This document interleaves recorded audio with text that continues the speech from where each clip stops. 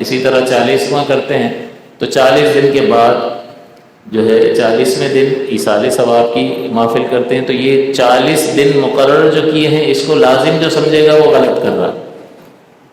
آپ کی مرضی ہے، آپ 35ویں دن کر لیں، 25ویں دن کر لیں، 10ویں دن کر لیں، آپ کی مرضی ہے، کوئی لازم اور ضروری نہیں. آپ جب بھی ایصال ثواب کریں گے تو وہ ثواب جو ہے میت کو پہنچ جائے گا.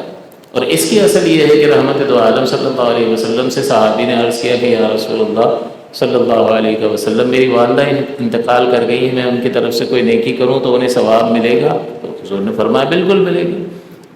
تو پھر حضور نے ہی ارشاد فرمایا کہ انہوں نے پوچھا کہ میں کیا ایسا کام کروں؟ تو آپ نے فرمایا پانی.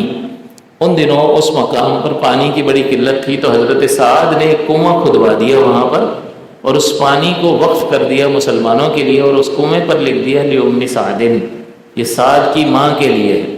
حالانکہ یہ اللہ کے لیے تھا، اس کی رضا کے لیے تھا، لیکن مقصد یہ تھا کہ اس کا جو اجر و ثواب اللہ تعالیٰ عطا فرمائے گا وہ سعد کی ماں کے لیے ہے. اسی طرح ہم حج بدل کرتے ہیں تو ہمارے حج بدل کی وجہ سے اس میت کی طرف سے اس کا ذمہ ساقط ہو جاتا ہے اور اس کو اس حج بدل کا فائدہ حاصل ہوتا ہے یا نہیں. تو ایک کے عمل سے دوسرے کو اس فائدہ پہنچنا شریعت جو ہے اس کی اجازت دیتی ہے، اور شریعت میں اس کی اصل موجود ہے. ایک صحابیہ نے بھی سوال کیا کہ حضور میرے والد انتقال کر گئے، اگر وہ زندہ رہتے تو حج کرتے تو کیا میں ان کی طرف سے حج کروں؟ تو حضور نے فرمایا کہ اگر ان پر کسی انسان کا قرض ہوتا تو تم ادا کرتی یا نہیں؟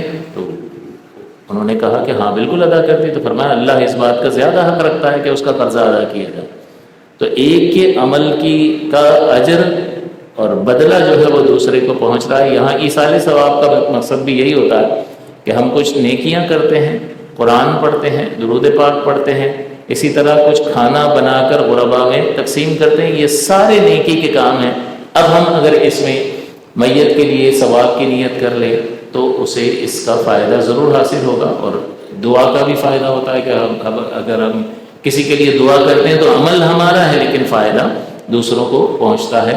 تو اسی آیت مقدسہ سے علماء نے یہ نتیجہ بھی نکالا کہ یہ بالکل اس کی اصل موجود ہے، اور اگر اس طرح سے کیا جائے تو اس میں شرعاً کوئی قباحت نہیں ہے.